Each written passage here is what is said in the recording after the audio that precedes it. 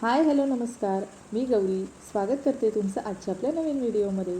तर आजच्या दिवसाची छान अशी सुरुवात झालेली आहे. सकाळी सकाळी छान पावसानं दर्शन दिलेलं आहे आणि मस्त असा पाऊस पडतो आहे. पहिलाच पाऊस आहे या वर्षीचा आणि पाऊस पडला आहे त्याच्यामुळं खाली जे थोडंसं मातीचा वगैरे जो वास येतो ना तो खूप भारी वाटतो. त्यामुळे मी गॅलरीत आलेली आहे पाऊस बघण्यासाठी. तसं तर 2-3 दिवसापासून ढगाळ वातावरण होतंच होतं, पण गरमी खूप वाढत होती, पाऊस काही पडतच नव्हता. पण फायनली आज पाऊस आलेला आहे आणि हा आहे 2024चा पहिला पाऊस. आता इथे तुम्ही बघताय हे आमच्या घराच्या खाली ना शॉप आहेत, तर त्याचे हे पत्रे त्यांनी वाढवून घेतलेले आहेत. त्याच्यावरनं बराच कचरा वगैरे जमा असतो, पण हे पावसाचं पाणी पडल्यामुळे तो कचरासुद्धा साफ व्हायला मदत होते. पण त्या पत्र्यावर जेव्हा पाणी पडतं ना त्याचा आवाजसुद्धा खूप होतो, त्याचा पण थोडासा त्रास होतो आम्हाला.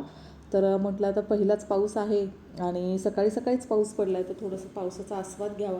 आता पावसात तर काही भिजायला बाहेर जाऊ शकत नाही, पण आमच्या घराची गॅलरी इतकी सुंदर आहे, त्या गॅलरीतून मस्त आपण पावसाचा आनंद घेऊ शकतो. तर मी इथं म्हटलं थोडा वेळ गॅलरीमध्ये फेऱ्या मारूया किंवा पाऊस बघूया. आणि खाली पत्रा वगैरे जो आहे तो पण सगळा धुवून निघतो आहे. त्याच्यातला थोडासा काही कचरा वगैरे असेल, वरून कोणी काही फेकलं असेल किंवा आपले केस वगैरे कोणी खिडकीतून बाहेर फेकतं तर ते अडकत असतात, किंवा कुठलं काही कचरा जर पत्र्यावर वगैरे पडलेला असेल तर तो सगळा आता फर्स्ट फ्लोअरच्या ह्याच्यावर येतो आणि त्याच्यामुळं ते पत्रे वगैरे खराब होतात, तर तो सुद्धा साफ करावा लागतो. अदरवाईज ते तसंच राहिलं की पत्रे गंजून जातात. तर इथे मस्तपैकी मी पावसाचा आस्वाद घेते. बाकी कुठलं काम वगैरे काहीच नाही, फक्त गॅलरीतून पडणारा पाऊस खूप सुंदर दिसतो आणि खूप छान वाटते. खरं तर अशा वेळी चहाचा एक कप हवा होता, पण आता म्हटलं जाणार चहा करणार आणि अंघोळसुद्धा व्हायची होती अजून. त्यामुळे म्हटलं आपण पहिला फक्त पाऊसच एन्जॉय करूया आणि जेवणाचं चहाचं वगैरे आपण नंतर बघूया. तर छान असा पाऊस आहे आणि हे तिथला कचरा वगैरे जो काही पडलेला असेल ते साफ करून घेत आहेत. आणि मस्त असा पाऊस आहे. पहिल्या पावसाचं पाणी थोडंसं मी हातावर घेतलेलं आहे. छान वाटते. खूप जोराचा पाऊस नाही आहे, पण बऱ्यापैकी पाऊस आहे छान. आणि रिमझिम पाऊस, पहिला पाऊस खूप भारी वाटतं आहे. आणि विघ्नेश गेला होता अंघोळीला, त्याला सांगितलं मी पाऊस आला आहे, तर तो पण थोड्या वेळानं नंतर आला. त्याने पण थोडासा पाऊस बघितला आणि त्याचं पण चाललं आहे आता आपण भिजायला कधी जायचं, कारण दरवर्षी आम्ही पावसामध्ये ना भिजायला जातो. तर यावर्षी आता बाळ लहान आहे त्यामुळं काही सांगू शकत नाही, गेले तरी ते दोघं जातील, मी काही जाऊ शकणार नाही. तर पुढच्या वर्षी वगैरे बघू. मी मात्र गॅलरीमधून माझा पाऊस मस्त असा एन्जॉय करेन. तर छान असं पावसाचं पाणी वगैरे अंगावर घेतलेलं आहे, छान वाटतं आहे. आणि गॅलरीचा हा प्रचंड फायदा होतो ना, की कुठला प्रोग्राम असेल, रस्त्यावरून काही मिरवणूक निघाली असेल किंवा काही असेल तर ते आपल्याला दिसतं. आणि पाऊस वगैरे असं बघायला गॅलरीत बसून खूप छान वाटतं. आता इथे झाडं पण आहेत ना, तर वरून पत्र्याचं पाणी पडते ना, तर ज्या फांद्या गॅलरीच्या ग्रिलच्या बाहेर गेलेत ना त्याच्यावर पाणी पडून पडून ना त्या तुटतात, कधी कधी वाकतात. त्यामुळे त्या पण मी थोड्याशा आतमध्ये घेते, कारण पावसाच्या पाण्याचा प्रेशर जर वाढला नंतर तर मग ते फांदीवर पडून त्या फांद्या वाकतात किंवा तुटतात. असं पूर्वी झालेलं आहे, 2-3 झाडं अशी खराब झालेली आहेत. त्यामुळे म्हटलं आता लक्षात आलेलं आहे तर आपण आत घेऊया. आता इथे विघ्नेश ना गाडी चालवत होता. हे गॅलरीमध्ये जो हा कडाप्पा वगैरे लावलेला आहे ना कट्ट्यावरती, तर त्याची गॅलरी पण मी थोडीशी चालवली आणि त्याला दिली. त्याला खूप आवडतं असं सरळ इथे गॅलरीमध्ये गाडी वगैरे चालवायला, तर तो आता गाडी चालवतो आहे. तर तुम्ही पण मस्त पावसाचा आनंद घ्या. तुमच्याकडे पाऊस पडला आहे की नाही? तर आता पाऊस झाल्यानंतर मी आलेली आहे किचनमध्ये. आता बाहेर पाऊस पडतो आहे म्हटल्यानंतर एक चांगला काहीतरी बेत झाला पाहिजे. पण बरंच सामान माझं भाजी वगैरे आणायची होती आणि यांना काही टाईम नव्हता त्यामुळे त्यांनी आणलीच नव्हती. तर म्हटलं आज काहीतरी साधंच करूया जेवायला. तर म्हटलं आपण बेसन करूया. तर मग आज बनवणार आहे बेसन भाकरी आणि त्यानंतर बनवणार आहे भजी, कारण पाऊस म्हणजे कांदा भजी, खेकडा भजी तर झालीच पाहिजेत. तर त्याचीच तयारी करून घेते. आणि सकाळी पावसामध्ये खूप वेळ गेला, तो वेळ कसा गेला कळलंच नाही. त्याच्यामुळे जेवणाला आणि बाकी सगळ्या कामाला ना खूप उशीर झाला. तर आता इथे बाळ पण झोपलं नव्हतं, कारण ते पत्र्यावर पाण्याचा वगैरे खूप आवाज येत होता. त्यामुळं हे बाळापाशी बसलेले आहेत, हे आणि विघ्नेश. आणि मी आलेले आहे किचनमध्ये तयारी करण्यासाठी. तर सगळ्यात पहिल्यांदा भाताचा कुकर लावून घेतला आणि साईड बाय साईड ह्या सगळ्या बाकीच्या गोष्टी करते. तर इथं मी कांदा उभा चिरून घेतला आहे आणि तो असा सगळा मोकळा केलेला आहे सिंगल सिंगल. कांद्याची जी पाकळी असतात ना त्या सिंगल सिंगल केलेल्या आहेत. त्याच्यानंतर थोडंसं मीठ टाकलेलं आहे आणि ते मीठ पूर्ण कांद्याला छानपैकी चोळून घ्यायचं आणि तसंच थोडा वेळ ठेवायचं, म्हणजे त्याला ना पाणी सुटतं. आणि त्या पाण्यामध्ये आपण जे हे पीठ कालवणार आहे ना ते पीठ कालवायचं, म्हणजे ती भजी एकदम टेस्टी होतात आणि त्यामध्ये जास्त काही मटेरियल टाकावंच लागत नाही. आणि साईडलाच मी ना इथं बेसन पीठ भिजवून घेते बेसन करण्यासाठी. तर कोणी झुणका म्हणतं, कोणी बेसन म्हणतं. तर बेसन मी म्हणते कारण मी पातळ करणार आहे. जसं सिंहगडावर पावसाळ्यामध्ये पातळ बेसन आणि भाकरी वगैरे मिळतं ना, त्या टाईपमध्ये मी पातळ बेसन करणार आहे. बेसनचं पीठ भिजवून ठेवलेलं आहे. त्यानंतर आता इथं कांद्यामध्ये बेसनचं पीठ टाकते आणि त्यानंतर त्याच्यामध्ये थोडंसं टाकणार आहे कुरकुरीतपणा येण्यासाठी तांदळाचं पीठ. तांदळाचं पीठ 2 किंवा 3च चमचे टाकायचं, बेसनचं पीठ थोडंसं जास्त टाकायचं. आणि त्यानंतर थोडीशी हळद टाकलेली आहे, थोडंसं जो मसाला आमचा चटणी असतो तो टाकलेला आहे आणि त्याच्यानंतर ओवा थोडासा बारीक हातावर असा बारीक करून टाकायचा. एवढंच मटेरियल याच्यामध्ये टाकायचं आहे. बाकी एक्स्ट्राचं सोडा टाकायची गरज नाही किंवा तेलाचं मोहन वगैरे टाकायची गरज नाही. ह्याने सुद्धा भजी एकदम हॉटेलसारखी, बाहेरच्या स्टॉल्ससारखी होतात आणि छान होतात. तुम्ही एकदा नक्की करून बघा. आणि अशा पद्धतीनं ते पीठ, त्याच्यामध्ये मी पाणी घातलेलं नाही आहे, काहीच घातलेलं नाही आहे. ते पीठ मी तसंच साईडला ठेवले कारण कांद्याच्या पाण्यामध्ये ते मुरेल आता.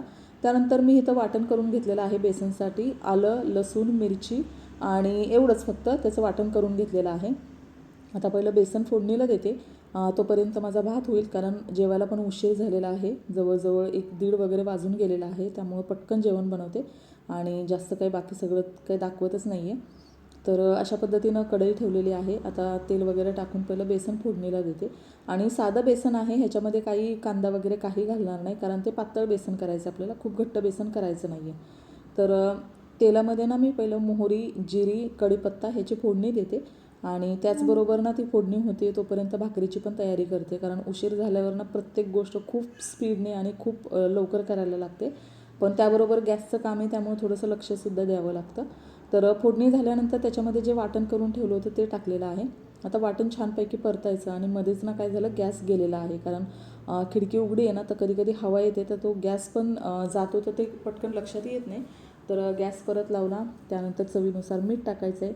साईडला कुकरच्या शिट्ट्या पण होत आहेत म्हणजे भात पण होतो आहे. आणि तुम्हाला दाखवते आता ही फोडणी. जास्त काही एक्स्ट्रा कुठलंच मटेरियल टाकलेलं नाही आहे किंवा काहीच केलेलं नाही. आणि फोडणी छान झाली. हे परतल्यानंतर ना त्याच्यामध्ये पाणी टाकायचं. पाणी तुम्हाला जेवढं पातळ बेसन करायचं त्या कन्सिस्टन्सीमध्ये पाणी टाकायचं. मी जरा पातळच केलं होतं कारण भाकरीबरोबर खायचं आहे म्हणून. आणि भात झालेला आहे तर मी भात साईडला काढून ठेवला आणि त्या गॅसवर मी जे बेसनचं पाणी वगैरे जे ठेवलं होतं ते ठेवलेलं आहे आणि तिथे आता मी साईडला भाकरी पण करून घेणार आहे. म्हणजे एका टायमिंगला भाकरी पण होईल आणि बेसन पण होईल आणि त्यानंतर मला भजीसुद्धा तळायचे आणि भजी तळायला थोडंसं मंद गॅसवर तळायची, त्याच्यामुळं थोडंसं वेळ लागणार आहे. तर इथे आता पाण्याला चांगली उकळी येण्याची वाट बघते. पाण्याला उकळी आल्यानंतर आपण त्याच्यामध्ये बेसन टाकायचं आहे आणि मग ते छानपैकी शिजवून घ्यायचं आहे. तर साईडलाच मी भाकरीचं पीठ पण मळून घेते. तर आजसुद्धा बाजरीचीच भाकरी करणार आहे कारण कसं थोडंसं पीठ राहिलं आहे पण ते जास्त तसंच ठेवलं ना तर ते खराब होईल. त्यामुळे म्हटलं जेवढं आहे तेवढंच ते वापरून घेऊया. कारण बाजरीचं पीठ एक 15 दिवसाच्या वर जास्त गेलं ना तर ते कडू होतं, म्हणजे ते टाकूनच द्यावं लागतं, त्याची भाकरी काही चांगली होत नाही. तर साईडला इथे भाकरीसुद्धा करून घेते. अजून काही बेसनच्या पाण्याला जे ठेवलेलं आहे त्याला काय आदन आलेला नाही आहे किंवा उकळी पण आलेली नाही आहे. तर बघूया आता, येईल थोड्या वेळातच. तोपर्यंत भाकरी पण करून घेते.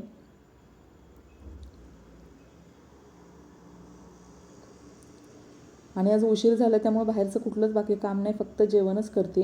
आणि 3 गॅस आहेत त्याच्यामुळे पटकन होतं, म्हणजे एकावर भाजी टाकली, एकावर भात टाकला आणि दुसऱ्या गॅसवर काही तळण वगैरे असेल ते केलं तरी बेसिक स्वयंपाक तरी पटकन तयार होतो. आणि आता पाण्याला चांगली खळखळून उकळी आलेली आहे.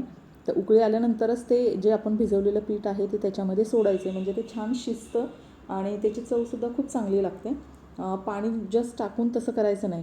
आता काही लोक ह्याच्यामध्ये बेसन पण डायरेक्ट पीठ टाकून गरगटतात पण त्याच्या गाठी होतात, गुठळ्या होतात. त्याच्यामुळे मग मी तसं नाही करत, मला हेच बरं वाटतं, इझी वाटतं, त्याच्यामुळे मी अशी पद्धत करते.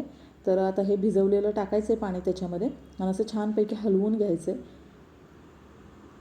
एकदम सोपी आणि झटपट होणारी रेसिपी आहे बेसन आणि खूप चांगली लागते. गरम गरम बेसन भाकरी तर खूपच भारी लागते. सोबतच कांदा मिरचीचा ठेचा किंवा चटणी असेल तरी पण खूप छान आहे, किंवा पापड असेल, लोणचं असेल, एकदम भारी बेत आहे. साधा सोप्पा मराठमोळी बेत आहे हा.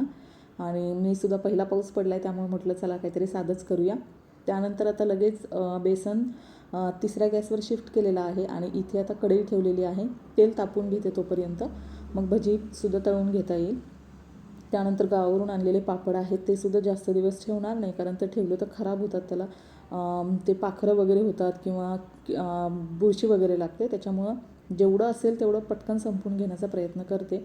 कारण मुंबईचं वातावरण कधी दमट असतं, कधी एकदम थंड असतं. आता पावसाळा सुरू होईल, त्याच्यामुळे जास्त सूर्यप्रकाश वगैरे मिळणारच नाही. त्यामुळं जेवढं शक्य होईल तेवढं ते संपवण्याचाच प्रयत्न करणार. लागलं तर परत नवीन विकत आणता येईल, पण जे आहे ते उगाच वाया गेल्यानंतर आपल्यालासुद्धा वाईट वाटतं. तर अशा पद्धतीनं भाकरी पण करून घेते आणि साईडला तेल पण गरम होते. तेल काही अजून गरम झालेलं नाही.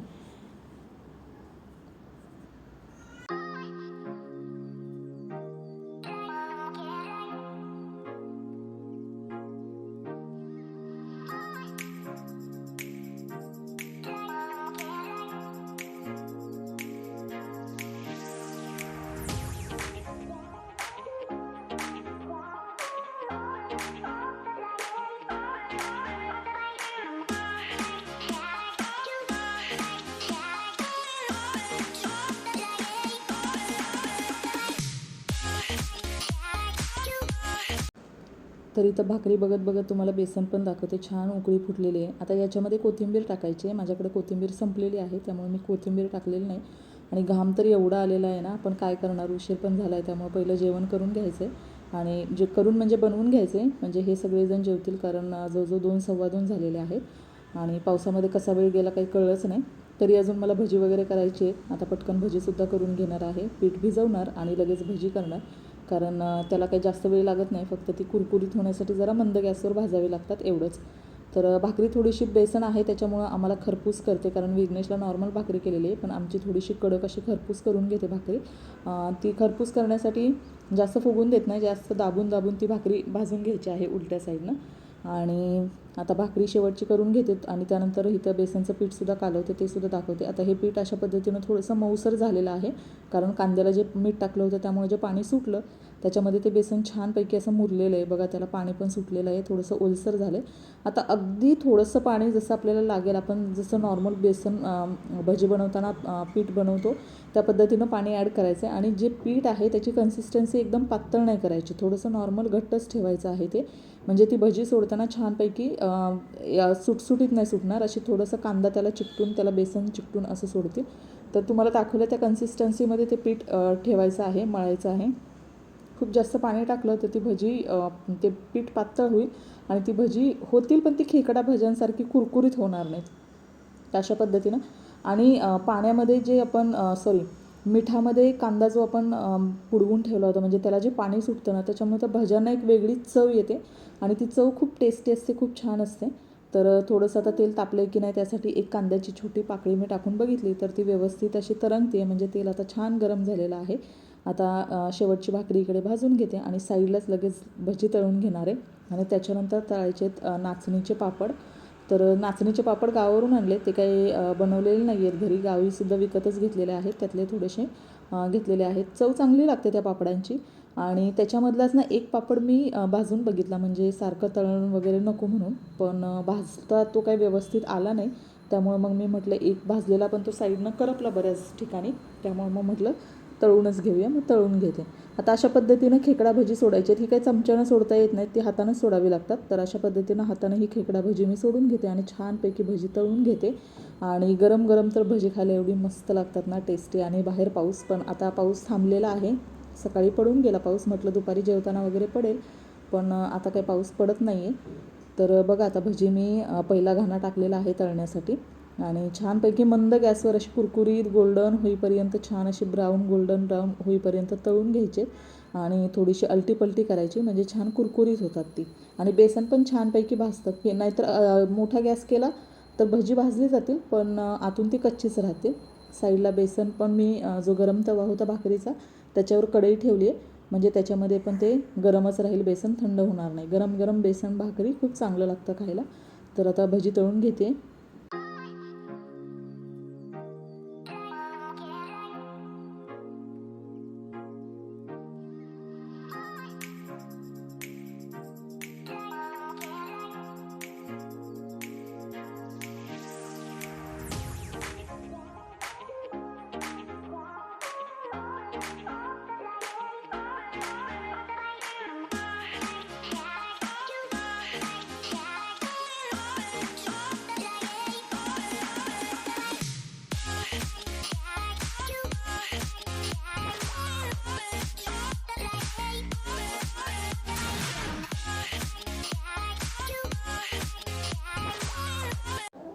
तर आता भजी जी तळून झाली आहेत ती मी भाकरीवरच काढून घेते, म्हणजे ते दिसायला पण छान दिसतं आणि मला आवडतं अशी तळलेली भजी भाकरीवर वगैरे काढण्यासाठी.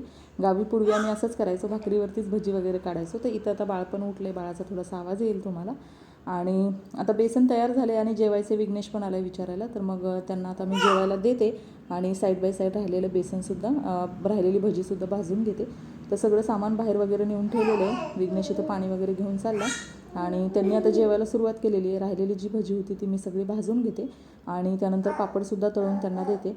आता बाकीचीसुद्धा भजी तळतात तोपर्यंत थोडीशी किचनची आवरावर करते, कारण नंतर जेवण झाल्यानंतर पण जास्त काही मग मला काम करायला लागणार नाही, कारण ऑलरेडी एवढा घाम आलेला आहे, एवढं काम झालेलं आहे. तरी अजून कपडे वगैरे राहिलेली आहेत, पण ती आता जेवण वगैरे सगळं आवरल्यानंतर ही सगळी बाकीची कामं करणार आहेत, कारण आज जेवणाला बराच उशीर झाला होता. तर आता पापड तळून घेते. भजी सगळी तळून झालेली आहे, आता घेते पापड तळून. तर तर पापड मी ना चिमट्यानंच तळते. हा बघा एक तो भाजलेला पापड होता, पण तो बऱ्याच ठिकाणी काठाला ना करपलेला आहे आणि आतल्या साईडला तर तो भाजताच येत नाही, कच्चाच राहतो आहे तो.